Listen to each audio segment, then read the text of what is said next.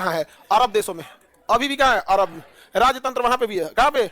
अरब देशों में। अरब हो गया, यूएई हो गया, ये सब में आज भी क्या है? राजा और रानी का प्रचलन है। देखिएगा, हमको सबसे बेहतर राजा अगर कहीं का लगता है, सबसे बेहतर तो यूएई का, दुबई, यूएई सबसे बेहतर ढंग से उसने किया था। अब उनके पर्सनल लाइफ से हमको मतलब नहीं कि परिवार में कैसे रहते हैं, 6 गो पत्नी है कि 5 गो पत्नी है। एक राजा का काम जो होता है, उस काम के हिसाब से देखिएगा, उसने रेगिस्तान को, दुबई को आज कहां से कहां लेके चला गया। आज दुबई देख रहे हैं कहां से कहां चला गया दुबई। तो यूएई अभी बहुत डेवलप हो गया है। और यूएई का क्या कहना पता है? देखो, हमारे यहाँ टैक्स जो लिया जाता है अजीब ढंग से लिया जाता है। अभी कुछ हद तक निर्मला जी ने काम किया है, 12 लाख रुपए उस पर, 12 लाख रुपए। और दिल्ली इलेक्शन में बड़ा हेल्प कर दिया उन लोग को कि अगर आपकी सैलरी 12 लाख रुपए है, कितनी है? 12 लाख, तो आपको 1 रुपया टैक्स नहीं देना है। 12 लाख रुपए पे टैक्स जीरो। और लेकिन अगर आप 12 लाख 1 रुपया भी कमा लिए तो ले भैया, पूरे 12 लाख पे टैक्स। 12 लाख 1 रुपया, नहीं समझा गया? 12 लाख पूरा पे पूरा टैक्स देना है, ठीक है? अब सपोज करो किसी का मंथली 1 लाख सैलरी है, मंथली 1 लाख सैलरी है, तो 12 लाख सालाना हो गया। अब तनिको ज्यादा गया, 1 रुपया ज्यादा गया, लगेगा टैक्स। अब पूरा दबा के टैक्स लग जाएगा। अब किसी की सैलरी सपोज करो 12 लाख 10 हजार है, 1 लाख 1 हजार रुपये उसकी सैलरी है, 1 लाख 1 हजार सैलरी है, तो साल भर में कितना हुआ? 12 लाख 11 हजार, 12 लाख 11 हजार, 12 लाख 12 हजार, 12 लाख 12, और 12 हजार का उसको क्या करना पड़ेगा? पूरा टैक्स देना पड़ेगा, पूरा का पूरा टैक्स देना। एक आदमी हमसे कहेंगे सर एक काम कीजिए, काम करते हैं, बताइए बताइए क्यों नहीं? हम काम करने आएंगे लेकिन 5 दिन मेरा जानबूझ के एब्सेंट मार दीजिएगा। क्या है? 12 लाख से नीचे आना चाहिए। 12 लाख के क्या आना चाहिए? नीचे आना चाहिए, मतलब उधर टैक्स बनाने की इधर जुगाड़ लगना चालू हो गया। तो ये बहुत अच्छी चीज है। इस बार का अब तक का हमारी ताई जी का सबसे अच्छा काम था बजट वगैरह में, इससे काफी लोगों को फायदा होगा। लेकिन वो कहावत कहा जाता है, बेल पाके तो कौआ के कहा, बेल पकिए जाएगा तो कौआ खा लेगा, नहीं खा पाएगा यहाँ पे। तो आप लोग को इससे क्या ही फर्क पड़ रहा है? तुम लोग 12 लाख वाले में अभी हो ही नहीं, चुपचाप टुकुर टुकुर देखो, यही ना देख पाएंगे, उसमें बहुत उत्पटांगे। लेकिन अगर आप दुबई में जाइएगा ना, आप चाहे जितना कमा लीजिए, आपको जीएसटी नहीं देना है। आप जितना कमा लीजिए, आपको इनकम टैक्स नहीं देना है, इनकम टैक्स रिटर्न नहीं देना है। यानी अगर आप दुबई में 1 करोड़ रुपया कमाए तो आपके पास 1 करोड़ रुपया रहेगा। इंडिया में आप 1 करोड़ रुपया कमाए, इंडिया में हम कहते हैं 1 करोड़ कमाए तो बिना सैलरी दिए, बिना सैलरी दिए, बिना अपने बिजनेस जिस पे कर रहे हैं उसका रेंट दिए, बिना मेंटेनेंस और बिना एक्सपेंस, ये 3 चीज होता है। मेंटेनेंस पर डे का होता है, जैसे हम लोग ऑर्गेनाइजेशन चलाते हैं, पर डे 25-30 हजार मेंटेनेंस में चल जाता है। मेंटेनेंस इन द सेंस कोई ना कोई एगो पंखा बिगड़ेगा, कहीं लाइट जाएगा, किसी दिन डीजल पेट्रोल खत्म हो जाएगा, इतनी गाड़ियां हैं इसमें पेट्रोल जाएगा, किसी दिन जनरेटर में जाएगा, 2-4 लड़का लड़की कोई ना कोई बेहोश होकर मेडिकल एक्सपेंस में जाएगा, कोई सामान टूटेगा, कोई चेयर टूटेगा, कोई बेंच टूटेगा, भाई माइक खत्म, कोई एक शॉर्ट सर्किट, कुछ ना कुछ हमेशा हुआ रहेगा। ऐसा हो ही नहीं सकता, इतना बड़ा संस्था चल रहा है यहाँ पे। आप लोग इतने हैं, आप लोग का देखिएगा तो मेंटेनेंस में चल जाएगा 10 रुपया पर डे का, 20 रुपया। कभी चाय पानी पी लेना, कभी कोई गेस्ट आ गए, नहीं आता है तो उनको क्या कहिएगा? जाइए उठ के, नहीं ना, तो मेंटेनेंस अच्छा खासा जाता है। तो इंडिया में अगर कोई संस्था है, अगर वो 1 करोड़ रुपया कमा रही है तो उसका मेंटेनेंस अभी हम नहीं गिन रहे हैं, एक्सपेंस जो होता है रियल खर्चा वो हम नहीं गिन रहे हैं, ना ही बिजली बिल, ना ही रेंट, ना ही एम्प्लॉय की सैलरी, ये हम गिन ही नहीं रहे हैं। केवल गवर्नमेंट मार देगी इसमें से 1 करोड़ में से आपके पास बचेगा, जानते हैं, 18% जीएसटी इनकम टैक्स देने के बाद 55 लाख। मतलब 1 करोड़ में ना 55 लाख तो ऐसे आइबे करेगा आपके पास इतना। अब इसमें से आपको 55 लाख में जानते हैं क्या देना पड़ेगा? Maintenance, expense, electric bill, salary, rent, अब आपको इसमें से देना पड़ेगा। समझा गया? यानी आप अगर इंडिया में कमा रहे हैं 1 करोड़ ना, तो आपके पास मुश्किल से बचेगा आपके पास 35 लाख। और अगर आप 35 लाख दे रहे हैं ना, तो गवर्नमेंट कहती है कि ये अच्छा इंसान है, चोरी नहीं कर रहा है। समझ रहा है कि नहीं रहा है? चोरी नहीं कर पा रहा। 1 करोड़ कमाएंगे तो इंडिया में कितना बचेगा? 35। दुबई में 1 करोड़, 1 करोड़। हमारे यहाँ ना भोथर दिमाग के है सब, समझे? भोथर दिमाग के, उन सबको पीटना की जरूरत नहीं है। दीवार जो नया नया जुड़ा है, हो जाता प्लास्टर नहीं है ना, वो पे बादाम की तरह रगड़ के खत्म कर दे। देखो दुबई में रोजगार कैसे मिलता है। अब 1 करोड़ इंसान को कमाए तो कितना दिया, उसके पास बचा कितना? 35। उस इंसान की मेंटेलिटी को कितना लहरेगा। तुम्हारा 10 रुपए का नोट, तुम्हारे जेब से 500 का नोट गिर जाएगा ना, तुमको 1-2-3 दिन अजीब टेंशन में रहोगे। जो 1 करोड़ कमाया उसके पास बचा कितना? और इतना ही नहीं, 35 लाख रुपया लिया टैक्स, दुनिया में सबसे ज्यादा असुविधा देगा सोमालिया टाइप का। वो 1 करोड़ में से टैक्स सुविधा को 35 लाख बजा, सरकारी हॉस्पिटल में जाकर चुपचाप पैसे रहेगा। एम्स में उसको सीट नहीं मिल सकता है, आईजीएमएस में बिना पैरवी नंबर नहीं लग सकता। उसको तकलीफ कब लगेगा? जब कोई एक विधायक आएगा ना, उसको खांसी हुआ रहेगा तो एम्स में सीट मिल जाएगा। और तुम वेंटिलेटर पे रहोगे ना, एम्बुलेंस में से निकलने नहीं देगा तुमको एम्स में। एम्स हम लोग के लिए बना ही नहीं है, ये तो सबसे बड़ी गलतफहमी है, नहीं समझे? अब तुम ऐश्वर्या राय को अपनी बुआ समझो तो तुम्हारी गलती है। तो तुम्हारी गलती है कि भाई वो तो एक हीरो हीरोइन है लोग। अब बस ठीक है, फिल्म अच्छी लगी, फिल्म खराब लगी, ये एम्स हमारे लिए, हम एक कॉमन आदमी के लिए नहीं है। खराब यही लगता है इस देश में, यार उसने टैक्स कुछ भी नहीं दिया और उसको सुविधा दे दी। इवन इतना नहीं, तुम वेंटिलेटर पे रहो, ऐसा लगता है ना, मतलब मरने वाले हो या कुछ भी, तुम्हें नहीं देखेगा। एक विधायक जी फोन कर देंगे, हमारे आदमी है, इसको एक बेड दे दीजिए। आप बिलीव नहीं कीजिएगा, बड़े हॉस्पिटल में एक वार्ड होता है फिक्स कि ये सरकार के लोगों के लिए है, ये विपक्ष के लोगों के लिए है, ये डीएम एसपी सरकारी कर्मचारियों के लिए, मतलब पावरफुल लोगों के लिए। तुम चला आया मरने के लिए, यहाँ पे सीट नहीं है, तुम्हें विश्वास नहीं है, तुम पटना एम्स में दिखा लो। ले लिया था कहाँ पे, प्राइवेट में ले गए लोग, नहीं देगा वो, आईसीयू में लेकर चल जाइए वहां से। अब हम मंत्री नहीं है जी, क्या प्रॉब्लम कहाँ है, ब्रेन में चोट लगा, एक्सीडेंट हो गया, ट्यूमर तो नहीं बना, ऑपरेशन हुआ कि नहीं, अच्छा तो अब न्यूरो फिजिशियन की जरूरत है, बैठिए अब एक दो देखते हैं कोई न्यूरो फिजिशियन ठीक ठाक हो तो डॉक्टर में। अच्छा मेडिकल में भी जानते हैं एक चीज, हम लोग को भी, मेरी पर्सनल समस्या समझो, अगर हम बताते हैं सपोज कीजिए कि उसको ठीक हो गया तो ठीक है, नहीं होता तो फिर आप कहता कैसे डॉक्टर बता दिए सर। यार हम आपको क्या ही बता सकते हैं, हम तो यही बता सकते हैं कि पटना के 4-5 डॉक्टर है, तो एक दो बार इसी चीजें हो गई ना तो हमको थोड़ा सा अपने अंदर से लगता है कि भाई क्या बताए, हम नहीं समझे। ऐसा नहीं कि पबनी गलत है, लेकिन होता क्या है ना कि 1-8% के चक्कर में कभी कभी ऐसा हो जाता है, तो बड़ा उटपटांग लगता है। अब तुमको दुबई पे बताते हैं, ये तो यहाँ हो गया। अब तुम्हें क्या लग रहा है, ये इंसान मेंटल ट्रोमा में गया, क्योंकि 1 करोड़ कमाया, 35 लाख बचा, अब ये कहां चल जाएगा, मेंटल ट्रोमा में। यार कि हम कमा किसके लिए रहे हैं, सरकार के लिए। इंडिया में कोई अपने लिए नहीं कमाता है, सब सरकार के लिए कमाते हैं।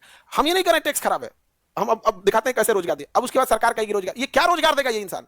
अब दुबई वाला 1 करोड़ कमाएगा ना, उसके पास कितना है 1 करोड़, वो टेंशन फ्री है यार, जितना कमा रहे हैं मेरा है, और आप टेंशन में हैं।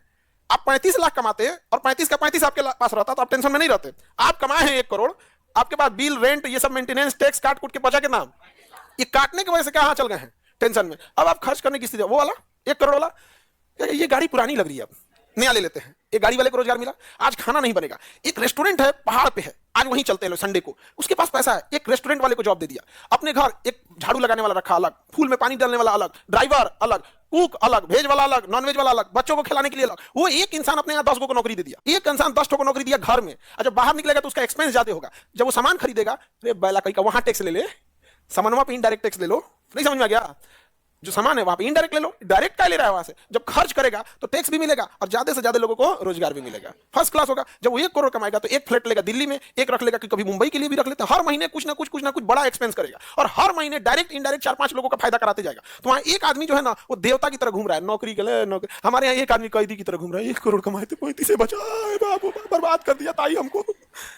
खुद सोच के देखो, कोई दुबई क्यों भाग रहा है, इसीलिए भाग रहा है। अब आप बताओ, दुबई जाएगा कोई दिक्कत नहीं, उसको निकाल लिया। तो जब आप खर्च करते हैं ना तो ही रोजगार देते हैं। शहर के लोग खर्चीले होते हैं, इसलिए कोई एगो समोसा का दुकान लगाएगा ठेला पे, चौराहे पे खड़ा करेगा, बिकना चालू। वो ठेला गांव दिन भर गांव में घूम जाएगा, घर खाना बन लो।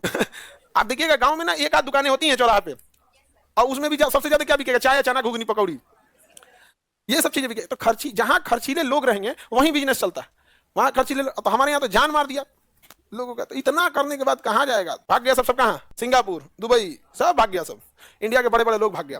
इतना ही नहीं, जो 35 लाख बचा है ना, उसमें से देखना अगर बिहार में है ना तो ऐसा ही है। हाँ, पैसा कैसन गजब टाइप का रहता है, मतलब किसी से पैसा ले लेगा, कुछ खरीद के खा लेगा, कुछ सामान ले लेगा, पैसा नहीं देगा। कहा तो हम मजबूत भीख मंगा है तो भीख मंगा ही, मजबूत भीख मंगा है। एक से एक रहेगा। एक आदमी हमको जान रहे थे, जानने का मतलब परिचय था, और वो बहुत पैसे वाले हैं, पैसे मतलब उनके पास 3-4 गाड़ियां हैं 4 व्हीलर। तो ऐसा इंसान तो गरीब नहीं हो सकता।